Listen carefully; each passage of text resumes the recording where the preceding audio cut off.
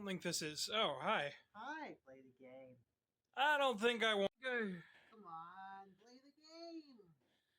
Fine, I'll finish the video.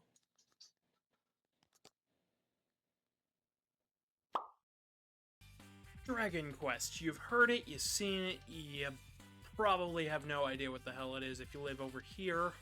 Yeah, that's right, I'm looking at you. But Dragon Quest is the quintessential role-playing game. It started the genre. Really, it didn't, but in many respects it did.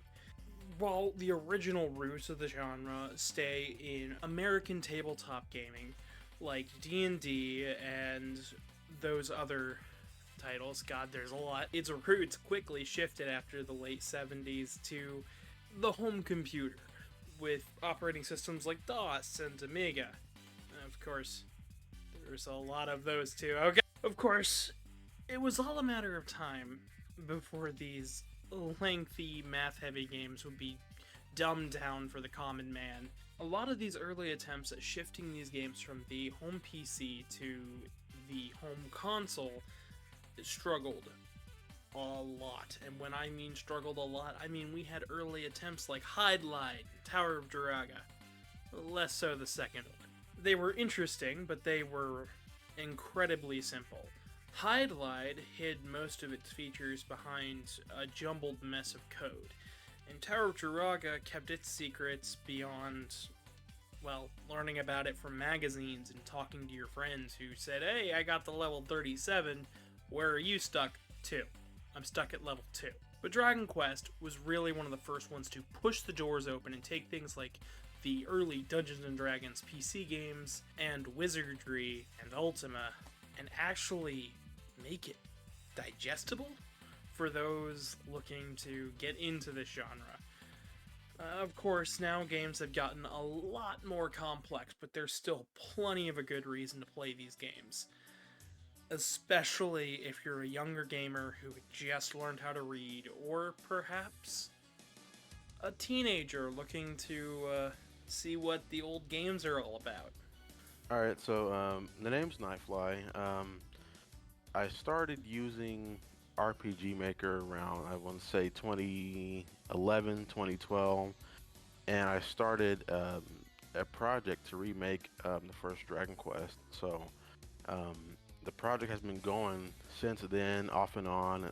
There's been like a large stretch of time where the game that had no updates, around 4 or 5 years with no updates, and eventually I came back to it late 2022, early 2023 to finish it. So what happened last week is that I finally released it, and it's been out into the wild. Now I hear what you're saying. Why would something so old be worth trying nowadays? You see, beyond just looking back with nostalgia for the old fogies, I think it still is a good idea for newer gamers and especially game designers to take a look at these older games and see what made them so special. These handcrafted experiences that really make gaming what they are. Sometimes, when going back, there's not much reason, like NightFly. Heck, I only ever see people talk about this game when it is to bash it. There's a lot of poor decisions in that game, but Dragon Quest has something way better that NightFly wishes it could have. It's got a gorgeous art style drawn by Akira Toriyama, the artist behind Dragon Ball, and it shows with bright colors, inspired designs, and stuff that looks like it came right off of the anime and manga. And of course, the composer, Koichi Sugiyama, who, while is very problematic, his music is an absolute masterclass in game orchestration. Going beyond the surface of music and art, the game really shines with its simple but addictive mechanic. It might be difficult for younger gamers to get a hold of the stat growths and not understanding what all the stats do, but they show your growth as you play, and once you get the hang of seeing your power level go up with not only new weapons but also your level, the game becomes really addictive to see what the next number is going to be. How high did I roll? And that's the whole point, right? To see the player grow and get smarter and stronger. and by proxy, you get smarter too. When trying to strategize a 1v1 combat scenario, it can be a little easy to just think, oh, well, I'll just smack it. But it might be easy for you to do if you put the enemy to sleep with a snooze spell, and then cast SIDS to light it ablaze. You might do more damage than your little cypress stick there. Yeah, I saw that. Put it back, get a club, do something else. There you go, good job. And of course, no two playthroughs are at all similar, thanks to the fact that your stats are all based on, well, your name. What you put as the hero's name determines the RNG values for your character's stats. Later Dragon Quest games would have things like personalities that would help to dictate this, but early on it was just the name, and really it adds a lot more depth than you think. You might have stronger magic, or you might just be stronger in general. Heck, if you really want to test yourself, there are names out there that'll give you the lowest stats possible with the lowest growth possible. I urge you to try it out for a nice challenge run. The game can't be all shining diamonds. In many ways, it's behind the times, but there are lots of ways in which this title stands out as possibly one of the earliest examples of an open-world video game. And on the NES remake. So, as I mentioned, first using RPG Maker, I didn't know a lot about it, so I had just played the first Dragon Quest around that time that I first started using it. So I said, to get me to learn the engine a little better and to learn, some game design concepts a little more, I'll just remake the first Dragon Quest. It has a lot of things that are still in games today that are, still being widely used. So if you get the basics down, you can, incorporate that into future projects. But I didn't know it would take this long to get the game to this state. So, yeah, so Dragon Quest is, obviously probably my favorite role-playing game franchise. So it was a good match. Gotcha. So how were you introduced to the Dragon Quest series? Right. So around, I would want to say early 2000s, we were a Game Boy. We were a Game Boy family. Everybody had a Game Boy. We all played, generally the same games. And one day we went to GameStop and I saw, Dragon Warrior Monsters 2. It was known at the time. It wasn't Dragon Quest yet. So I picked that up, and that was technically my first Dragon Quest game. So that's how I got introduced to it. I would say the first time I played a mainline one was 8 on the PlayStation 2, and I believe that one is still my favorite Dragon Quest. Gotcha. Now I hear what you're saying. Ahead of its time, open world. Gavin, this is an NES title. We're almost 40 years past from the NES's launch. Heck, we might be 50 by the time you're watching this. What do you mean, open world? Well, when you first start a Dragon Quest playthrough, you're told that you have to save the princess, and that you have to stop the Dragon Lord. You're given some gold, and you're given free reign.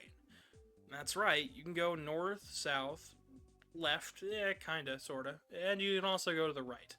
There's a town off to your right, and from there you're basically told nothing. You can talk to NPCs. You don't have to talk to anybody if you don't want to. You can just go explore. You may find a tomb. You might find a cave. You could go looking off to the coast. The game's actually quite intuitive with the way it handles its hint system. All you have to do is go up to people and talk to them. It might make it a little easier if you play a different version than the NES version, but there's a few tips that I'd like to state might make your first playthrough a lot easier. When playing, treat this game as if it were a tabletop experience. Get yourself down a couple sticky notes or maybe a small notepad, a pencil or a pen, and just start jotting down the hints that people say. Some townspeople will give you optimal hints. Other ones will just be grumbling about their day-to-day life. But if you start taking notes of hints, like you need the Sunstone and the Rain Staff to make the rainbow drop to get to the Dragon Lord in the first place. Or you might just forget that the staircase is behind the gosh darn throne room at the ending of the game. Yeah, no, that one's just evil. But it helps to take notes, and take note of what's around you, too. Drawing out a map can really help you along your quest. Some newer versions do include a map, and we'll get to those versions, but for now, it'll help you out if you treat this game less like a video game experience and more like, say, a D&D campaign. Believe it or not, there is a lot of fun to be had within note-taking and learning the game around you. In fact, it might make you even think and feel a bit more critical about the world around you by just taking notes and learning about things through a video game. It'll teach you to take information in and really process them. Now, the game does make up for its crushing difficulty with a few nice balance changes. Like, for one, you'll only ever encounter 1v1. You may have heard me mention this earlier on. That's right, you'll never see packs of enemies swarm the player. It's as if the developers were trying to be the dungeon masters here. They didn't want the new first-time RPG players to feel overwhelmed by enemies that they couldn't attack.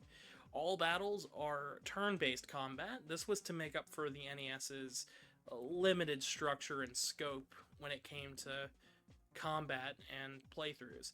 Now, could they have done something like Zelda 2? Absolutely. But Zelda 2 has also a lot of flaws with the way it's structured. The turn-based combat actually helps to keep the game's size down, while also making the players use their imagination on what's happening in each fight. You may have only dealt 1 damage. Well, maybe you only barely scraped the enemies across their slimy bodies. Or maybe you've done a critical blow and you've stabbed it straight through. And, of course, your imagination can do the rest on what's going on with each enemy. But all of the fundamentals and basics of RPGs are here. Your player learns magic as they level up, so you don't have to worry about what spell is going to be the best in the shop. You don't have to worry about going too far away from the goal, because just because you can flee from every single battle doesn't mean you should. Yes, I can get all the way down to Catelyn early, but am I really supposed to be there? And with any good game over, they do allow you to continue. In fact, the game gives you lots of chances. Infinite continues, actually. You can save at the king at any time. Later games would have quick save options and features, and this early one only has saving at the king, which can be a little annoying, but it comes in handy, and at least it's there to begin with. The original Japanese players had to get a password from the king. So that's the ways it's archaic, but since you can go anywhere and really explore this world and do basically whatever you want, I feel that's what makes it an open world, especially this early on in the NES's lifespan, and this early on in gaming. Now, of course, I have ragged on the many faults that make this game archaic, but I haven't gotten into the really rough parts of this game. Yeah, so Dragon Quest IX on the DS was a game where you would, go out into the overworld or what have you, and you'd see these little sparkles and you pick them up. I thought that was like a really charming thing to add, to keep, players abreast on what they're doing in the world, or how to explore it a little more vigorously. So, as you know, or you may not know, in Dragon Quest One, the world is really kind of barren, and there's a lot of dead ends even in the overworld. So I wanted to kind of reward players for going out of their way to find these places by putting, little chests or mini medals or secret areas in there. So that's how that came about. You ever wake up in the morning, decide to roll out of bed, then you get to a door, so you have to open a menu, Click door to open the door. And then when you get to the steps, you have to stand over the steps. And then click stairs. Only for you to fall and stumble down the steps, break every single tooth in your face, and then realize you're back upstairs in your bed and gotta do it all over again because you just died. Yeah, that's about as annoying as Dragon Quest 1 is. You see, Dragon Quest 1 on the original Famicom and NES by proxy had early options for how to build immersion. You see, older RPGs were mostly text-based, so in order to get the player to move forward or backwards or look around its area, you'd have to type out things like north, stairs, door, left, right, search. And the developers wanted to keep the options that those older RPGs had, but simplify them. So instead of having to type out and keep a manual around to learn to play the game, you now simply had to open the menu and click door or stair. These are early examples of keeping the player in the world, and if you used your imagination, it really did help to use these features, but on the NES, it felt like it was behind the time, especially in 1985, and it was really outdated when we got it in 1986. Luckily, the NES version is actually better than the Famicom version in this regard. Early versions of this game required you to go up to an NPC, click talk, and then select the direction from which the player, the NPC, is standing to talk to them. You had to click search to search the ground beneath your feet, you had to click door to open every door, and you had to stand over top the stairs and then click stairs to go down the steps. The north, south, east, and west talking was replaced in the NES version, and all future versions. But that doesn't stop this from really feeling archaic, and it's the main thing stopping a lot of people from going back to this older title. It was likely very novel and cute back in 1985 for those D&D nerds from the 70s, but looking at it from 2023, boy were they behind the time in programming. Luckily, later versions would fix this. The SNES version would remove the stair option. The door option was given a actual button, and the search option was given another button for quick toggles. The Game Boy Color version would remove the door and talking options and simplify them all down into one option on the A button, which would search, talk, and open doors. If you had a key, of course. But we'll go over all the versions and their differences in a little bit. Really, though, I just want to set the stage for this game is archaic in its original form. So why did I even choose to talk about Dragon Quest in the first place if it was this archaic? Trial and error. The very beginning, there was totally different items you could get with the mini medals. So after testing multiple times and doing QA tests, finding what players, generally wanted at, the stage of their playthrough, and, seeing what would be helpful, those items were kind of exchanged or moved around. The amount of mini medals you would need for items was drastically changed over development.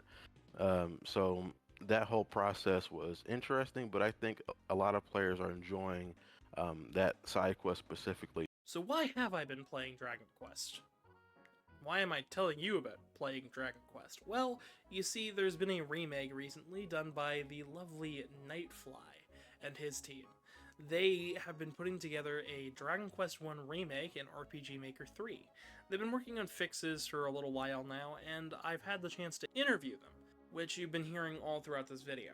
Of course, though, we're not just looking at his remake today. We're also looking at the NES, the Japanese Famicom original, the SNES version, the Game Boy Color release, and the mobile and Switch versions. There's also apparently a 3DS version as well, but from what I can tell, it's just the Virtual Console, and the PS4 release is the same as the Switch version, but it doesn't have any US release. There was also an MSX and MSX2 port, which we won't be looking at here today, but they're basically identical with a couple minor changes to the Famicom original. So we'll be looking at the NES, the Famicom, the SNES, the Game Boy Color, the Switch port, and of course Dragon Quest Plus Gold, which was a fan remake made by NightFly. Links are in the description. Man, I would say making the custom menus in the game. So some may or may not know that RPG Maker, it's a very, easy engine to learn, but it's not very customizable out of the box. So a lot of RPG Maker games use basic built-in tools, and they're reliable, and they obviously won't cause bugs like some issues on my side, but the trade-off is that you get a more classic, Dragon Quest type of experience with the menus and the battle menus and the animated monsters. So incorporating those aspects is very challenging in the way that you have to make sure that player inputs don't, cancel each other out at the wrong time, or you don't accidentally go into a menu and exit at the same time. Those are the type of things that you have to deal with making custom things. So that was definitely the most difficult to get right without having, too many bugs. So what's the difference? Why play one version over the other? Well, let's start with the NES version. The Famicom version had a lot of problems, starting with the password system compared to the NES's battery back save.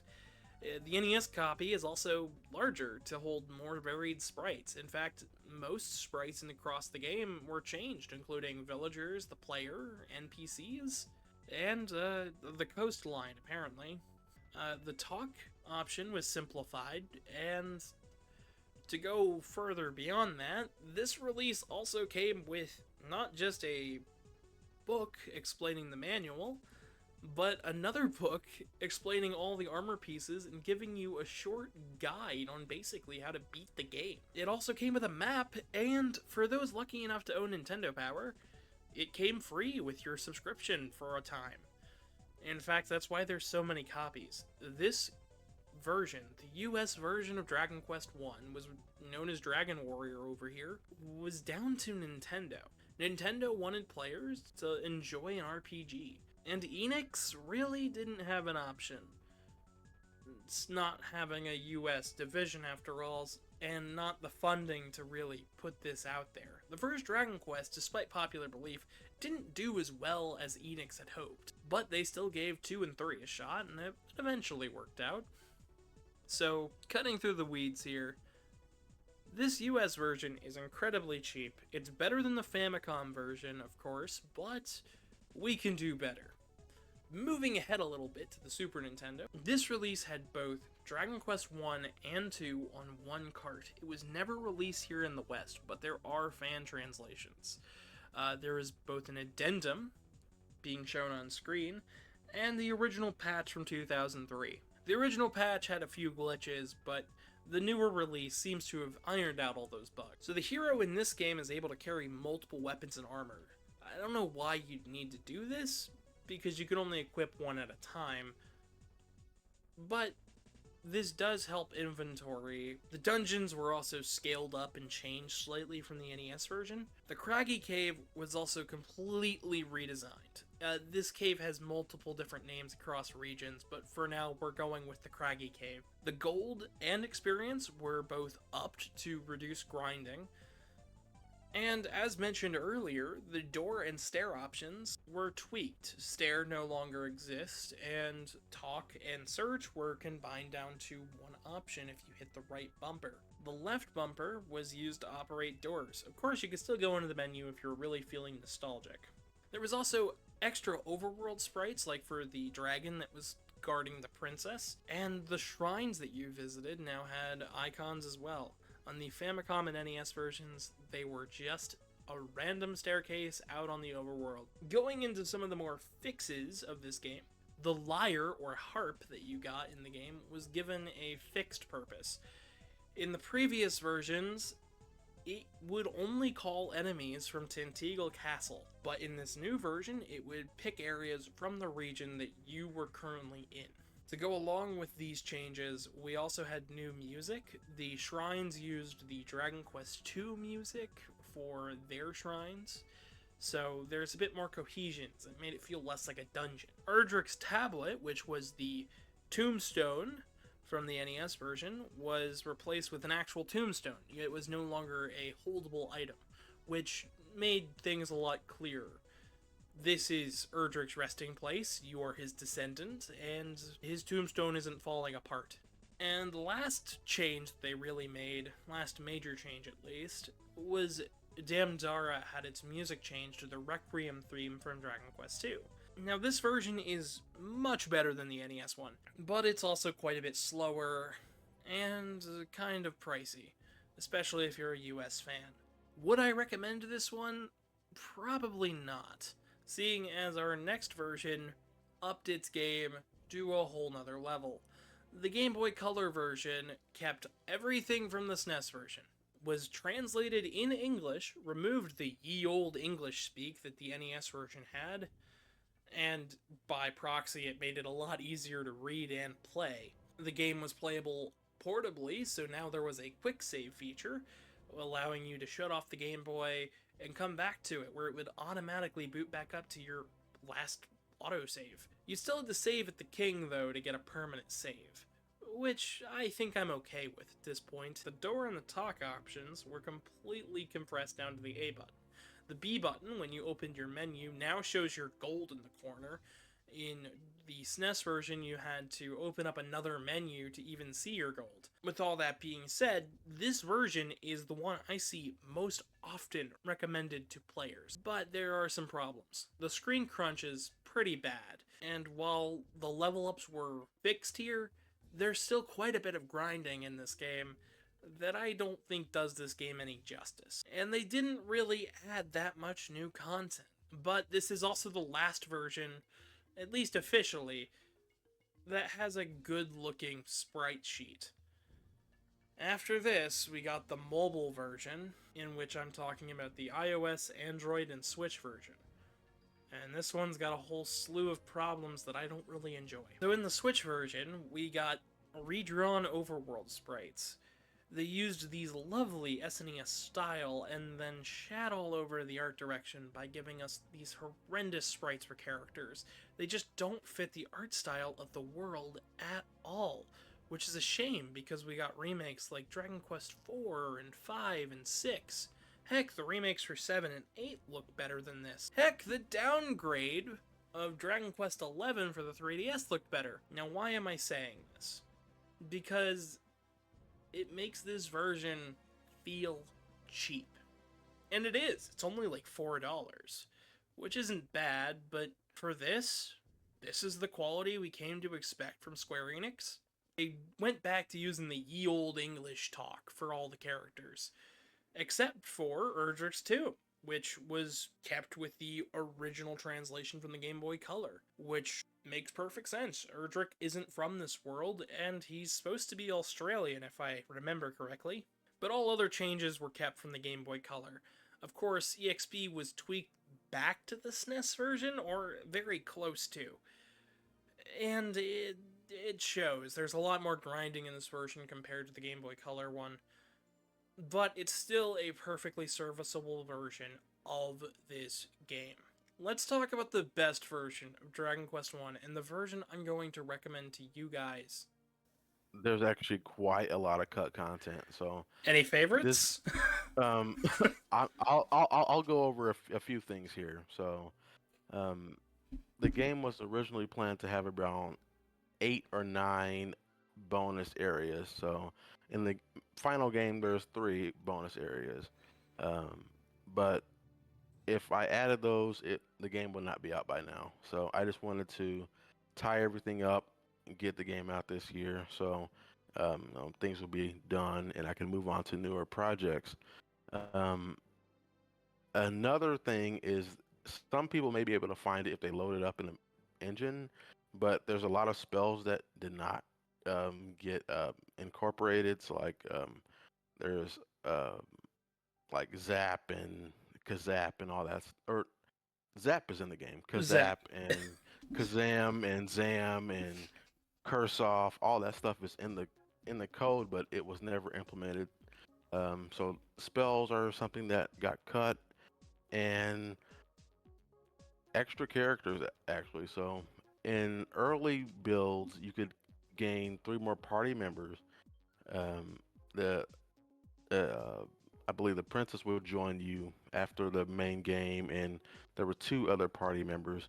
The balancing of that was just getting a little too out of hand for what I wanted to do, so I scrapped that as well. So what is next? Are you going to remake Dragon Quest II, or are you going to move on to a wholly unique and original game? Yeah, it's gonna be a totally new game. Working on this gave me, some good experience and what to learn about how to handle RPGs in general. What do players like about them? What do they not like about them? So taking all that experience and putting it into a new project is my goal. Remaking other intellectual properties at this time is just not feasible or viable at my stage in life. So, um, I kind of want to get paid for the work I do now. So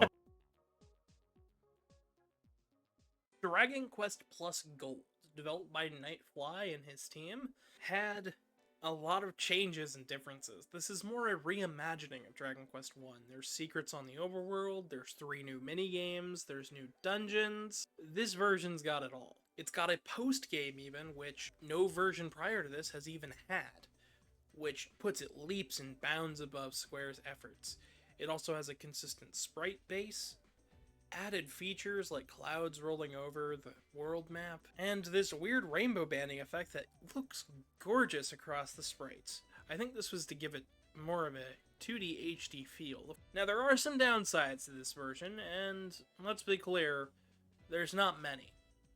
This game doesn't run well on AMD processors as of the 14th. It's getting better, and the developers are putting out a patch or 2 to try to mend this, but it's taking them some time. Of course, it still does run, but not great. And the stupid stair puzzle is still stupidly cryptic. There's only one NPC that tells you anything about this. Most of the changes from the Game Boy Color on terms of difficulty and leveling are all there, but there's more things on the overworld to do, which encourages exploration. There's even mini medals this time, which encourages you to just explore the towns, which goes a long way in giving this game some replay value. There's added armor and added weapons. There's even added spells. The zoom function now works. Previous versions only made you go back to Tantingle Castle, so this is just a marvelous remake. Although there are some changes I'd like to make. The map screen, make it bigger. This is hard as heck to read. In terms of difficulty balancing, I really wouldn't touch a whole lot, although I would probably make the easy mode a little bit easier, just to really halt the grinding. Squash it down to nothing. But I understand wanting to keep that similar difficulty curve. And to really go along with this, I'd love more graphical options to turn off the rainbow banding effect, and maybe just overall give people with poorer PCs more options when it comes to the way this game runs, but this game is top notch. Now, if you do want to stick to official releases, my recommendations are the Game Boy Color Dragon Warrior 1 and 2, or the Switch's copy, just for the balance changes alone. Of course, yes, you can always I'll just pirate, but it does help to support the series. Dragon Quest doesn't have a whole lot in Western releases. And in fact, it seems like every year, Square gets closer and closer to pulling the plug on US Dragon Quest releases. Let's hope they never do. So why did I make this video? Well, I'll tell you. I really like older games. I like explaining older games, but it's hard to talk about them. It's hard to sit everybody down and get them interested or excited for a retro game, a retro title. Something on the NES, the Sega Genesis, the Master System.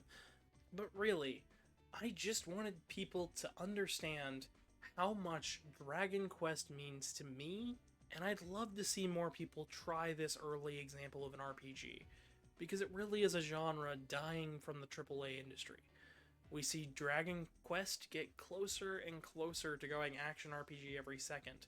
Heck, the Final Fantasy devs take JRPG as a curse word to them, as we see things like Final Fantasy 16 and 14 go further and further and further away from being turn-based. I just want to remind everybody that turn-based combat can be fun. It doesn't have to be a limitation. Now you might ask, well, Gavin, are you going to do this for the rest of the Dragon Quest series? 2, 3, 11? Perhaps. Maybe if this video does well. But that's all from me. If you enjoyed this video, go check out my Ultimate Guide to Mega Man Part 1 and 2. The recent Castlevania upload has been doing very, very well, but I highly encourage you guys to also check out the Sonic playthrough and my streams. I've put a ton of effort into this stuff, and I just really, really want more people to see my content. So keep sharing the links around, feel free to subscribe, ring the bell, drop a like, send it to a friend. But I've been your humble host, Gavin the Kitty. Good night, everyone.